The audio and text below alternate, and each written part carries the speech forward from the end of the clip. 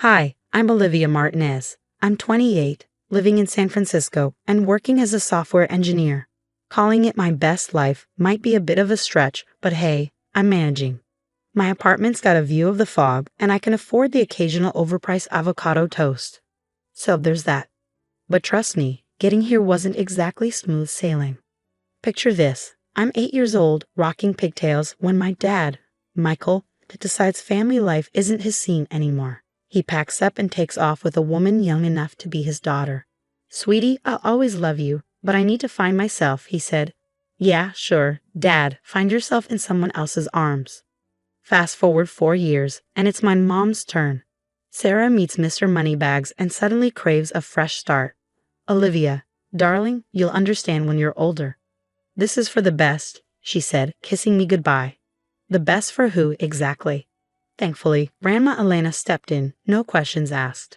"Olivia, my sweet girl, we'll get through this together," she'd say, wrapping me in those warm, cinnamon-scented hugs that felt like home. Don't get me wrong, I'm doing okay. I've got a great job at TechCorp, where I met my best friend, Zoe. She was the one who finally convinced me to try therapy. "Girl, you've got more baggage than an airport carousel."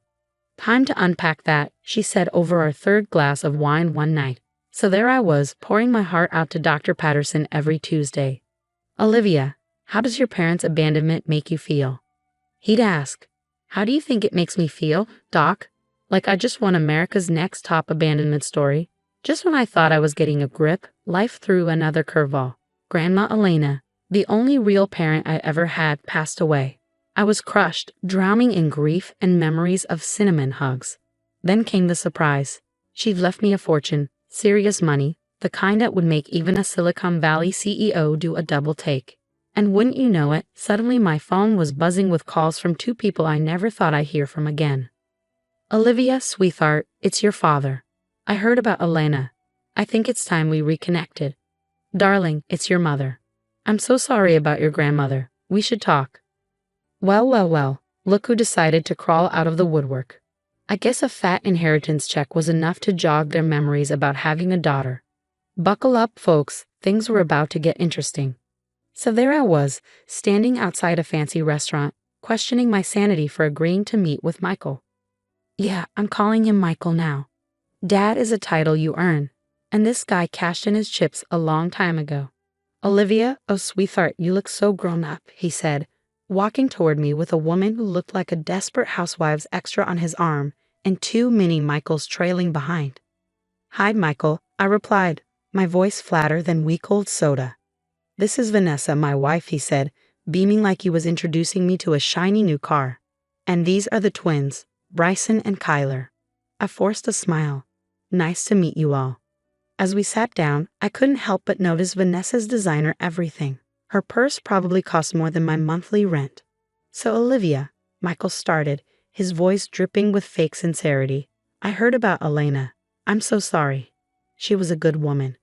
"Yeah, she was the best," I replied, stabbing my salad like it had wronged me. "Funny how you remember her now." Michael had the decency to look uncomfortable. "I know I made mistakes, sweetie, but I'm here now. We're family." "Family?" I scoffed. "Is that what you call it?" Vanessa chimed in, her voice nauseatingly sweet.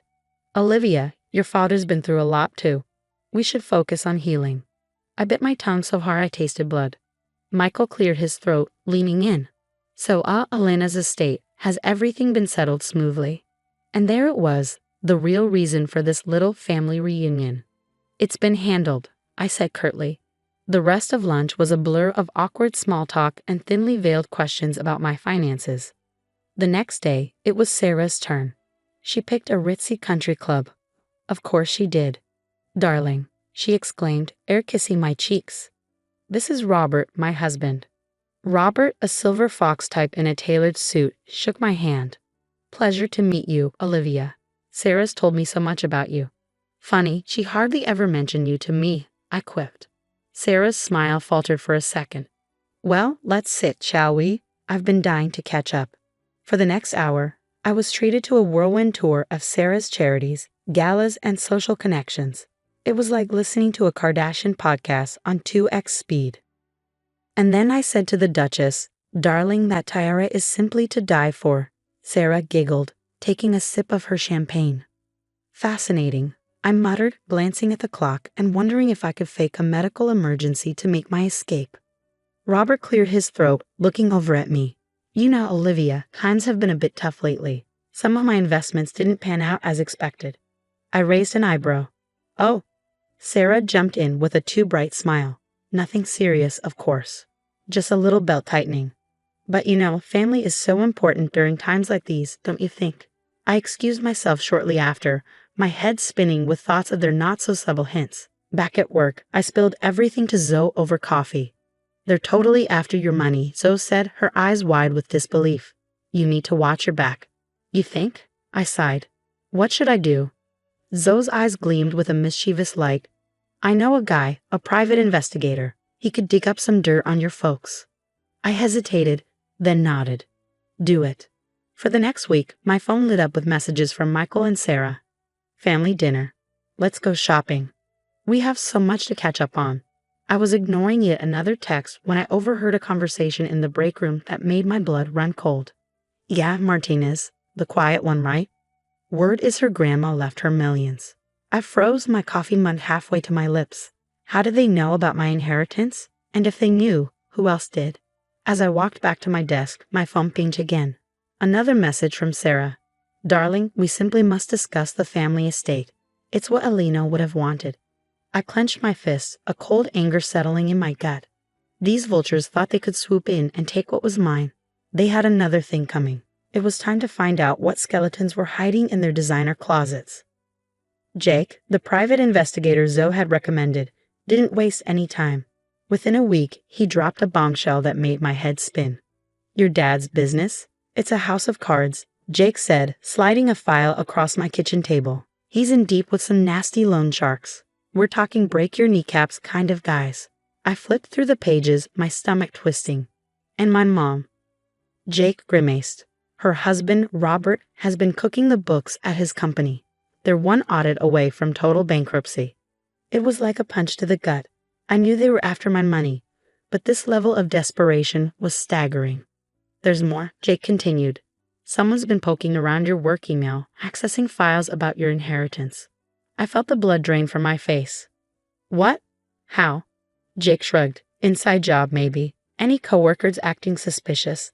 My mind raced, recalling the break room gossip and the sudden interest from people who'd never given me the time of day before. It all started to make sense. I've got an idea. I set a plan forming in my mind. Can you set up a meeting with a financial advisor? A fake one. Jake grinned. Now you're thinking. I know just the guy.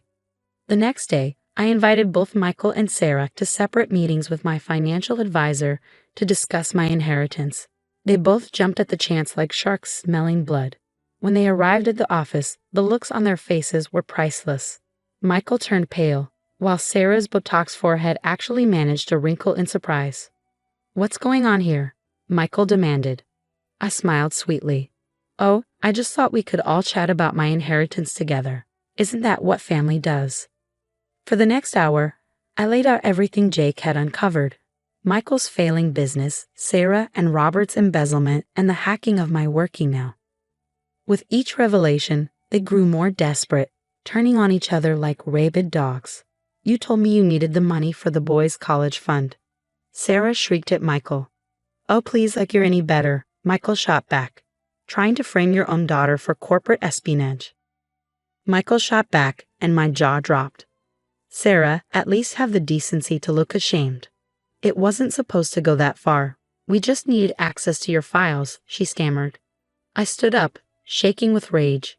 Get out, both of you, and don't ever contact me again. As they left, tails between their legs, I caught a glimpse of Jake in the corner, giving me a thumbs up.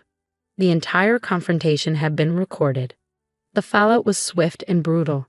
My coworker Tim from accounting confessed to being bribed by Sarah for information about my finances.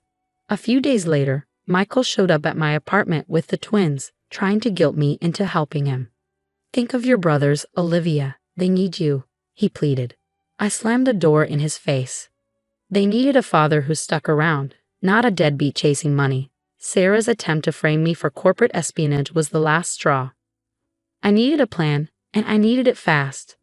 We've got them by the balls, Zoe said as we pored over the evidence in my living room. Now we just need to squeeze. I nodded, cold determination settling over me. Let's end this once and for all. I wish I could say I felt bad about what I was about to do, but after everything they put me through, this was justice, pure and simple. First up, Robert's embezzlement. I made an anonymous tip to the SEC, and they swarmed his office faster than you can say insider trading. Sarah, darling, I'm afraid there's been a terrible mistake. I overheard Robert shouting into his phone outside the SEC building.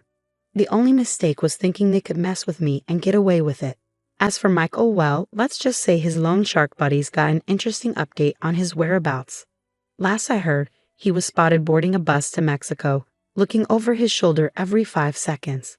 But the piece de resistance, that recorded confession, I handed it over to my company's legal team, and suddenly, all those whispers about corporate espionage dried up real quick. Olivia, we owe you one apology, my boss said, looking sheepish. And a substantial raise if you're interested.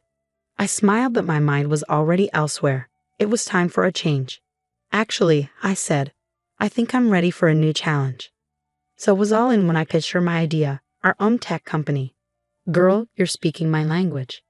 We used part of my inheritance to set up shop. But that wasn't all. Grandma Alina's house. I turned it into a shelter for kids who'd been abandoned or abused.